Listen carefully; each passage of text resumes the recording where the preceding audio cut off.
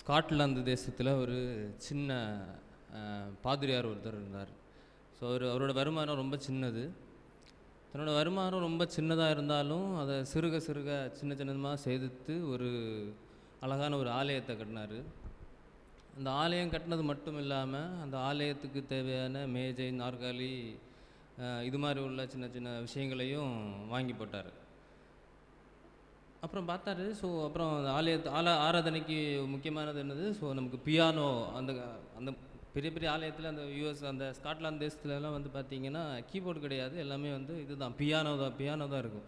அந்த பியானோ ஒன்று வாங்கணும். பியானோ வாங்குறதுக்கு காசு கம்மியாக இருக்குது. இவர்கிட்ட இருக்கிறது ஒரே ஒரு 10 பவுண்டு இதுதான் இருக்குது, காசு தான் இருக்குது. இந்த 10 பவுண்டை வச்சு என்ன பண்ணலாம் அப்படின்னு சொல்லிட்டு யோசிச்சுட்டே இருக்கும்போது இவருக்கு ஒரு ஐடியா. ஸோ நம்ம புதுசு வாங்க வேண்டாம், நம்ம வந்து செகண்ட்ஸில் ஏலத்தில் வாங்கிடலாம். ஸோ நமக்கு இந்தியாவில் வந்து OLX and Facebook market place அப்படின்னு சொல்லிட்டு நம்ம பார்க்குறோம் இந்த செகண்ட்ஸ்லாம் வாங்கும்போது. அதே மாதிரி அங்கே செகண்ட்ஸில் வந்து ஏலம் வாங்குறதுக்காக, அந்த பியானோ வாங்குறதுக்காக 10 பவுண்டுக்கு நம்ம வாங்கணும்னு சொல்லிட்டு ஒரு ஏலக்கடையை பார்த்துட்டு சரி போய் வாங்கலான்னு சொல்லி பார்க்குறாரு. ஸோ அவர் இப்படி யோசிச்சுட்டு ஆலோசனை பண்ணிகிட்டு இருக்கும்போது இதை வந்து எப்படியோ ஒரு வியாபாரி ஒருத்தர் தெரிஞ்சுக்கிட்டார். வியாபாரி வந்து இந்த ஆலயத்துக்கு பக்கத்தில் இருக்கிறவர் தான். இந்த ஆலயத்தில் அந்த வியாபாரி தெரிஞ்சுக்கிட்டு இவரோட வளர்ச்சியை பிடிக்காத, இந்த பாதிரியாரோட வளர்ச்சியை பிடிக்காத அந்த வியாபாரி வந்து தான் இந்த பியானோவை எப்படியாவது வாங்கணும் அப்படின்னு சொல்லிட்டு 7 நாளில் போகிறாங்க. ஸோ இந்த பாதிரியாரும் வந்து ஜெபிச்சுட்டு போகிறாரு.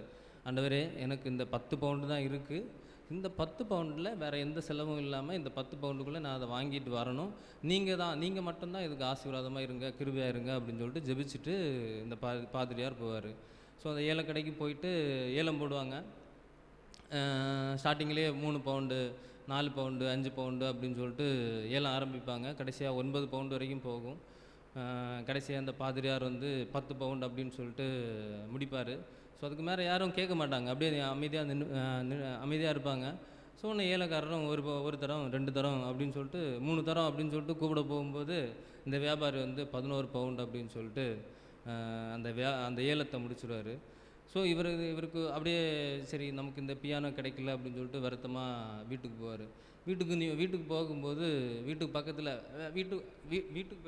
வீடு இல்லை. ஸோ அதை சர்ச்சு, இந்த ஆலயத்துக்கு போயிட்டு அப்படியே இருக்கும்போது திடீர்னு பார்த்தா ஒரு லாரி, அந்த லாரியில் அந்த பியானோ வந்து அந்த ஆலயத்துக்கு முன்னாடி நிற்குது. ஸோ யாருன்னு பார்த்தா வீட்டுக்கு பக்கத்தில் இருக்க அந்த வியாபாரி. ஸோ அந்த வியாபாரி வந்து முதல்ல வாங்கிட்டு போயிட்டான், அந்த பாதிரியாருக்கு போட்டியாக வாங்கிட்டு போயிட்டு தன்னோட வீட்டில் இந்த பியானோவை எப்படியாவது ஏற்றணும்னு சொல்லி பார்த்தா அந்த அவரோட வீட்டில் உள்ள கதவெல்லாம் சின்னது இல்லை, அகலமாக இருக்கும்ல பியானோ, அதனால் ஏற்றவே முடியல.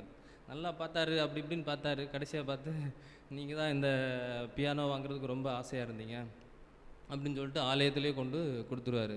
உடனே இந்த பாதிரியார் வந்து ரொம்ப சந்தோஷம் இவருக்கு.